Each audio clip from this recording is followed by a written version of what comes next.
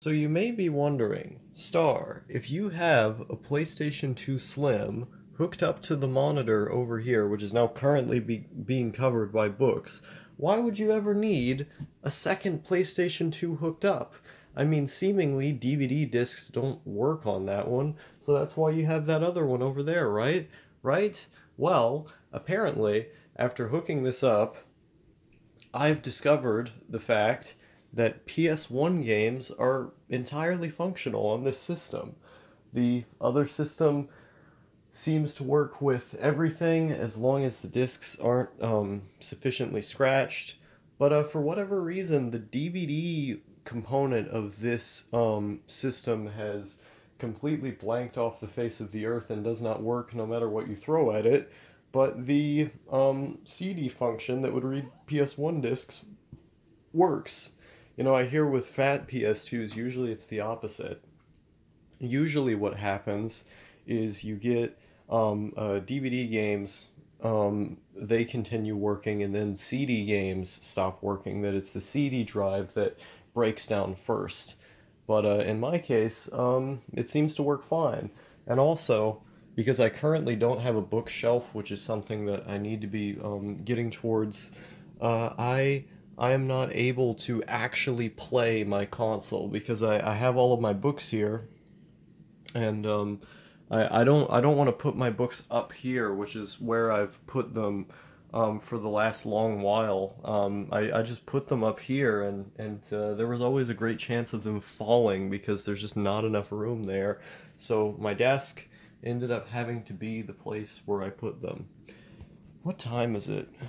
It's 6:30. It's 6:30 a.m. right now. We've got the light in the sky is dim and it's raining a bit. This is like the perfect weather to me, the most comfy state that we could possibly be in. I absolutely love it when the weather gets like this. This is by far my most preferred state in terms of weather, in terms of how things feel and look. Uh, so it's kind of a comfy day today. Even though I'm dealing with being tired from not getting sleep, I can just look out the window and see the beauty of the weather. I mean, sometimes I look out this window and I just see it raining and I go, wow. You know, like living is really bad, like all the time, but if I can have little solitary moments where I'm looking out at the rain and hearing just the sound of it outside of my window, looking at it, seeing how beautiful it is, like, it's little moments like that that I wouldn't say make all of this worth it, but they certainly make it easier. And, I don't know. I know I have a lot of these videos where I say I'm happy I'm still here, but I think they kind of stand in opposition to the videos where I'm not saying that. Because I like emphasizing the positives and negatives, so I can present a balanced picture. But there really are things that if you find what's enjoyable for you, things that are meaningful for you, if you can derive meaning from something, then there really are things out there that can make this whole experience more bearable. Of course, that isn't for everybody. Some people, they're just incapable of enjoying most things, and so they have to seek kind of more creative ways of deriving enjoyment from life. But I don't know. It's something as simple as this. It's amazing how profound it can be and how it makes you feel. But I was thinking about how, like with my daily reading that I've been doing, how, I need to constantly be feeling like I'm getting better at something, or like I'm improving on something. If I'm, to feel like I'm making progress in something, or else I will literally go insane. Like if I'm not feeling like I'm retaining information, learning new things, and changing on some level, like being a different person each day on some level, I will just go insane. I will stagnation and convenience, those things make me suicidal, like genuinely suicidal. So I need to have a constant sense of movement, that I'm learning new things or that I'm progressing in something. I mean, when it comes to playing games, if you're playing a game, you're progressing in a video game, and so that's kind of life fuel in a way. But it's not substantial enough to like um, fully like give meaning to your life, where it's kind of a band-aid on the issue. It helps. And in my case, when I play video games, I'm not just playing them for the enjoyment of the individual game. I'm playing them as a comparison to all video games, as like I'm I'm playing this almost as a project where I want to compare this to the existing games on the system that I know of, or in the genre, or of the time period, and I want to understand the history behind this and what it means in relation to other games that are in that strata. I find that really, really interesting. I've always been obsessed with reading over the history of video games and history in general because I'm just a big history person. I've always have been. Um, so, like when I play games, it's enjoyable for the individual experience of playing the game because it's fun, but it's also about, even if it's like a really bad game, it's about what does this mean in the grand scheme of things? What does this mean in the overall narrative of video games as a medium, etc. Um, those are thoughts that go through my head with everything. I'm constantly making these comparisons between strings of information. I can't unsee the comparisons. They're always there. And so like I feel like as a hobby that I really deeply care about, that on some level, by experiencing all of these video games and by researching them as I'm doing so, I'm I'm getting a broader knowledge of that section of art in general. But that's not my main focus the way that it used to be when I was younger and I was just obsessively reading and consuming as much information about games as possible. That was, like before I was even 10 years old, I started doing that obsessively online. Um, and when I was about 8, that was like when I got my Nintendo 64 and everything, and I started collecting and whatnot. I've always had these obsessive interests where I need to feel like I'm progressing on my interests on some level.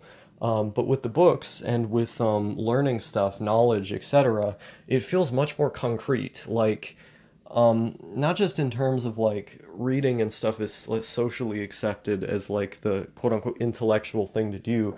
It also like it's improving your life in a way. Like reading about psychology, history, politics, these are things that can further develop your understanding of the world around you. And like I've learned so much just from reading. Like it's amazing how much it's improved my life. And I think it reduces depression as well because I found myself being like significantly, I mean significantly less depressed the more that I read every single day. And so there's got to be a correlation there somewhere. Now, basically, I'm the type of person who sees stagnation as death. I cannot stagnate. And I think that's one of the reasons why I'm so against the idea of having a job or going to school, is because when I was in school, it didn't feel like I was really progressing on anything. It, I felt alienated from the environment and from other people because like learning stuff wasn't really gamified. It didn't feel like I was focusing on stuff that I really cared about.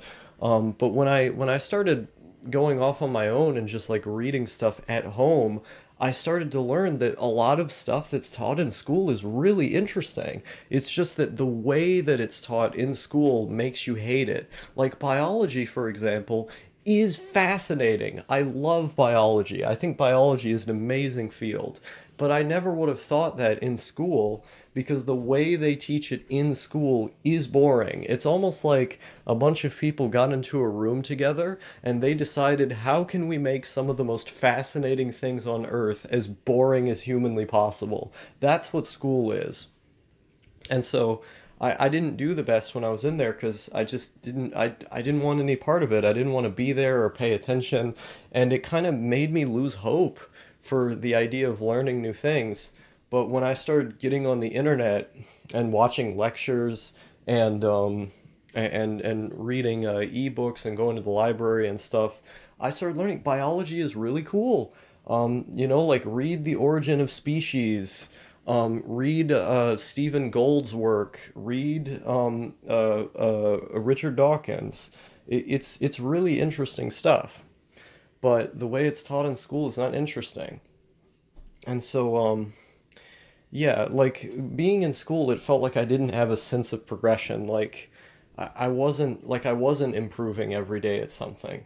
Ironically, when I was in fifth and sixth grade, I got really obsessed with doing accelerated math, which sounds weird, right? Because I'm a bit dyscalculic. I'm not too good with numbers. Numbers generally, that's just not something I'm geared towards. I'm much more geared towards abstract thinking and art than I am numbers. But I was obsessed with doing accelerated math when I was in school. And I had no idea why, because I was thinking, like, I hate doing math. And it's the worst thing. But I got to the point where I did so much accelerated math, like way more than you were supposed to do, that like my grade level in AM was higher than the actual grade that I was in. Like I was above the grade I was supposed to be in because I just did so much of it. Where I literally got made fun of by other kids who were in my class, or I got somewhat ostracized where um, we would have to sit in tables that were with other people sometimes. Like they would force us to sit at tables with other people like in the morning, and I would always just be doing AM during downtime. I would refuse to talk to anyone. They would try to talk to me and I would just say no. And like this one guy, I remember he said, "Why do you always want to do AM? Why are you always doing AM?" And I just didn't have an answer for him. I liked getting more points because it was like leveling up in a video game. You know, your grade got better and you got more points on your card, the more of it that you did.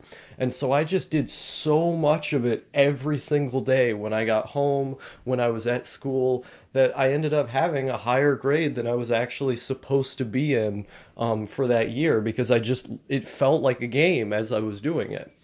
Um, and so that sense of progression underpins a lot of my motivations for why I do things. And yeah, as school went on, it felt like the way things were taught were just like I had a larger and larger disconnect with how it was taught. Um, but yeah, basically self-study is best study.